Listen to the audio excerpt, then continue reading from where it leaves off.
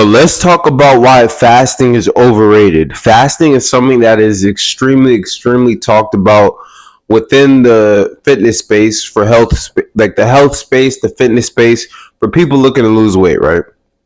If you guys are new to the channel, I've lost over 75 pounds at my leanest.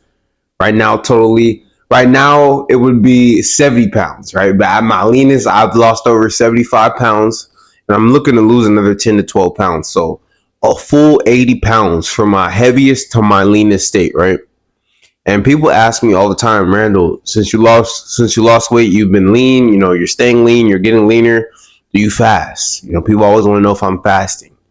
And I am actually against fasting. Now, if you do fast and it's working for you, do your thing, right? I'm not dogmatic with my practices, but people want to know my specific philosophies. So that's what I'm here to talk about, right? Fasting. Are there benefits to fasting? Yes, there are benefits to fasting. But guess what? And this is very simple. This is not going to be a long video. This is very simple. We should be sleeping bare minimum 7 hours, but optimally 8 to 9 hours a night, right? We'll call it 8 hours a night. Most of us are going to stop eating an hour and a half, 2 hours before bed minimum. Some people stop eating 4 hours before bed. At my level of leanness, currently I need to have a snack before bed. So I stop eating about an hour and a half before bed. We'll call it 2 hours though, for most of us, right? So we get 8 hours of sleep. We stop eating 2 hours before bed. That's a 10-hour fast right there. Like, this is very simple, guys. 10-hour fasting right there. When you wake up, you need to eat. You need to eat. I'm not saying roll out of bed and go straight to the kitchen, but within the first 2 hours you're up, you need to eat. You've already fasted for 10 hours. If you're not eating 2 hours before bed and you're sleeping 8 hours, we could chop off an hour of each of those and say that you sleep 7 hours and stop eating an hour before bed. That's still an 8 hour fast, right? We're athletes. Myself, my clients, I tell people, man, we need to look at ourselves as athletes. What would an athlete do? An athlete's going to fuel themselves properly for the day, right? An athlete's going to fuel themselves properly for the day. Whether you work out in the morning, which is something that I talk about, I believe it's best to work out in the morning. Obviously, and I guess this isn't even obvious because people do fasted workouts. We're not going into training sessions fasted, right? I can make videos about each specific topic, but this is just a fasting is overrated, overhauled video, right? So whether you're going into a workout, you want to go in fueled, you want to top off your glycogen, so you want to have some carbs before your training session.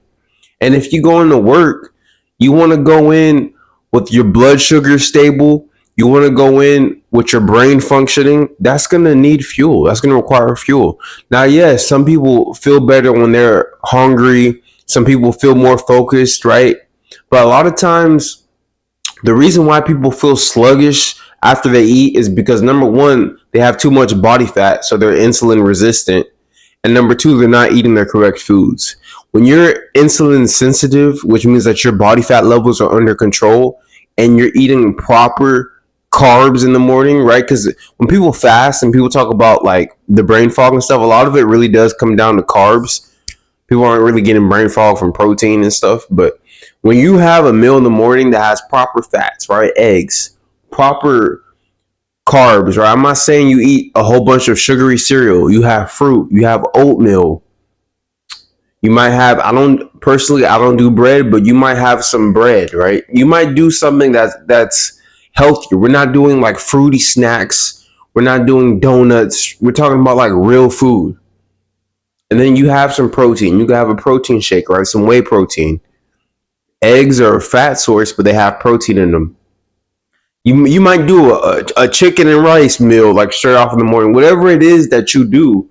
But the idea of fasting, the idea of, hey, I stopped eating a few hours before bed. I slept. I've waken up, and now it's time for me to start my day, whether it be with the workout or whether it be with work that's going to require some mental function, right, and mental clarity. And I'm just not going to give my body fuel. And then I'm going to go through the day. I'm a white knuckle a day, or maybe you're good at fasting. Maybe you make it till 12 or 1, but now you're hungry. And because you're hungry, now you're making certain decisions with food that aren't good, right? So now you can't make it home because you're hungry, you're leaving work, or you're going on work break at 12 or 1, and instead of you wanting to go home and figure out what to eat or preparing a meal, Carl's Jr. is right there, Burger King is right there, and you could get a meal in your hand and in your stomach in 5 minutes. What are you going to choose? Now, I'm not saying this to people who have been intermittent fasting for 10, 15 years and have a full system and have results with their system. They need to keep doing what they're doing.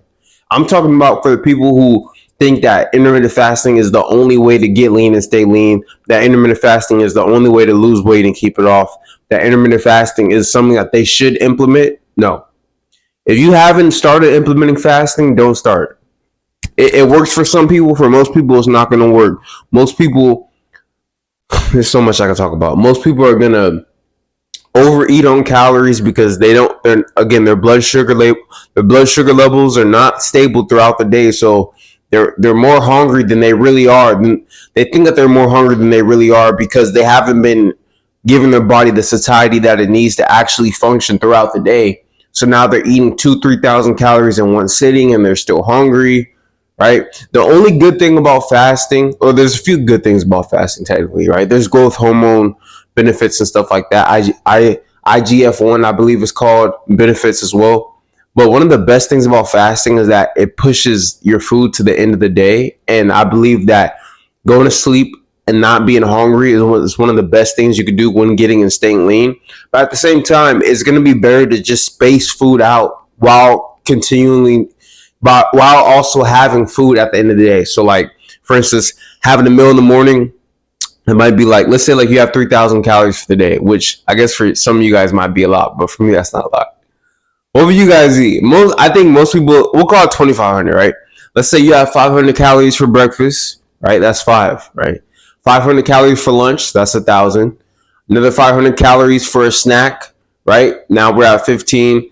And then 500 calories for dinner, right? Now we're at 2K. And then another 500 calories as a snack before bed, right? Now we're at 2.5K or 2,500. So 5 feeding windows of those 500 calories is going to be better. It's going to keep your blood sugar levels stable, right? It's going to give you the protein synthesis boost. We're having protein with each meal, right? Little stuff like this is very important for naturals. We're not in an anabolic state 24/7. So the more protein feedings we give ourselves, the more we're keeping ourselves in an anabolic state. So 5 protein feedings. We're spacing our meals out, right? Which is better for digestion. We're not eating 2,000 calories in one sitting. Our blood levels are stable, right? Our energy is stable. This is the best way to go. If you have your calories, you're eating like minimum four feedings a day, minimum. Depending on how many calories you eat a day, up to 8. Me personally, I eat 6 to 7 meals a day. Right now, I've had 3, right? Today's a light day for me. I don't have rest days, but I have lighter days. So I didn't go to the gym today. Today's just a whole bunch of steps and calisthenics, right? So I had my pre-workout meal. I had a meal after that. I just ate right now. That's 3. I have my yogurt, my potato. So I have 6 today. But on a training day, like tomorrow, a full training day, I would have 7. So for me, it's 6 to 7 meals a day. For you, depending on your calories, you might be doing 4 to 5, right? But we're not eating 2 big meals. We're not eating huge meals in one sitting, right? Not good for digestion.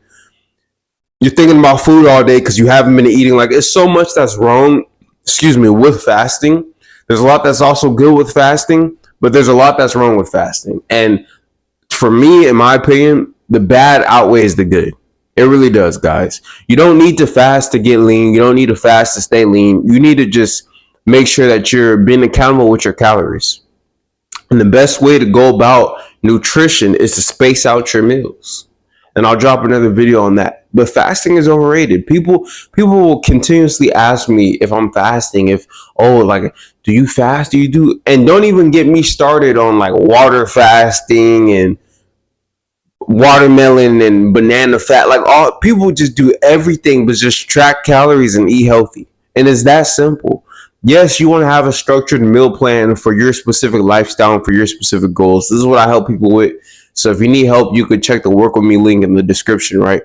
But these extremes of fasting, juices, and all this extra goofy shit, and every time you look at the person who's doing it, they're not even 15% body fat for men or 25% body fat for women. Like they're not even in the game yet, and they're doing all this extra shit, right? Like they're not even like it'd be the dudes who are always stuck above 18% body fat, who are always talking about carbs and cutting out salt and fasting, and it'd be the women who are stuck above 30% body fat who are always talking about intermittent fasting and keto, and it's like you're not even in the game yet.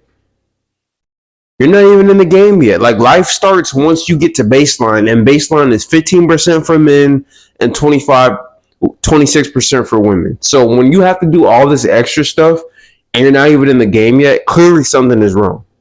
So take it from somebody who, again, I've lost over 75 pounds on my leanness. I'm leaning down another 10 to 12 pounds. I'm about 180 right now. And I'm going to get to 170 within the next 9-10 weeks, right? So 80 pounds down, and I'm going to be single digit body fat when I'm at that 170. And there's no fasting, no extremes. I just eat certain foods that are conducive to my lifestyle and my goals. And I keep my nutrition very simple. And this is what I help people with. A lot of people struggle with nutrition. I can truly say I've mastered nutrition. Like nutrition is something that I'm very good at. So if you need my help, check the Work With Me link. If you want a custom training program, or if you want to speak to me one-on-one, check the Work With Me link as well. And this is why fasting is overrated. Stop fasting. If it works for you, it works for you. Again, I'm not dogmatic with my practices, but you guys ask for my opinion. There's something that comes up. I believe fasting is ridiculous. You already fast for 8 hours when you sleep, 2 hours before you go to bed. That's a 10-hour fast, right? Your body wants protein. We're athletes, right? We need to be in an anabolic state as often as possible, especially if we're not taking gear, which I don't take gear. So when we wake up, we need to get some protein in this. We need to get some protein in this. We've already gone 10 hours without any protein feedings, right? This is what I preach, man. Brandon Branch Media checking out. I'll see you guys tomorrow.